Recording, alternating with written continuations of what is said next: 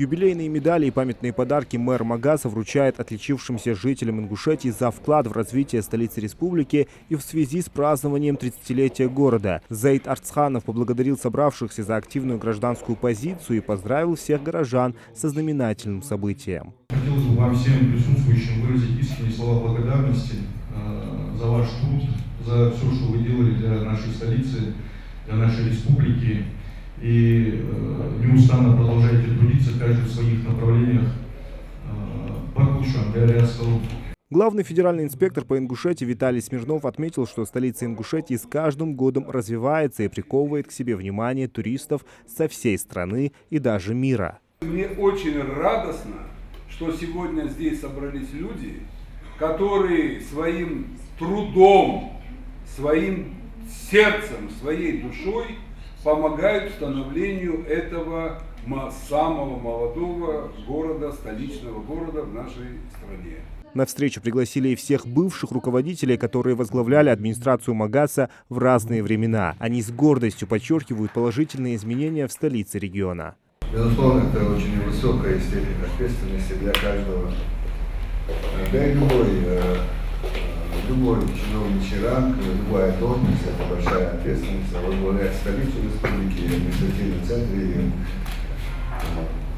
значительно ответственная задача. В числе награждаемых около 50 человек. Получает заслуженную юбилейную медаль и Соня Цечоева, управляющая делами администрации Магаса. Она работает здесь с первых дней основания мэрии. До того, как я вышла на работу в мэрию, я работала 2 года в дирекции по строительству города Магас. Город цветет, и мне кажется, что этот город имеет будущее.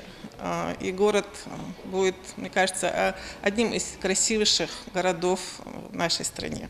Награждают сегодня деятелей культуры, искусства, науки, образования, работников администрации города, здравоохранения и всех, кто хоть как-то причастен к развитию Магаса. Большой смелостью надо было обладать Руслану Султановичу Аушеву, чтобы в открытом поле, в это непростое время для нашей страны, заложить столицу. Но говорят, глаза боятся, руки делают. И наш народ сумел сделать довольно приличный, скажем, и по масштабам, а по красоте я вообще не говорю, мне кажется, один из красивейших городов нашей страны. Вот. Город мы все-таки сумели сделать, столицу сделали. Я хочу поздравить всех жителей города, жителей республики с этим замечательной датой, юбилеем. Мне всегда нравится в Магасе вот красивые остановки, переходы, с любовью к жителям сделан. Поэтому я поздравляю всех жителей города Магас и вообще нашей республики с тем, что вот 30 лет такой юбилей. Очень по меркам каких-то больших крупных городов, которым там 1000-2000 лет, это, конечно, какое-то мгновение, но что есть, то есть. Поздравляю жителей с 30-летием и благодарна тем, кто отметил меня сегодня этой наградой.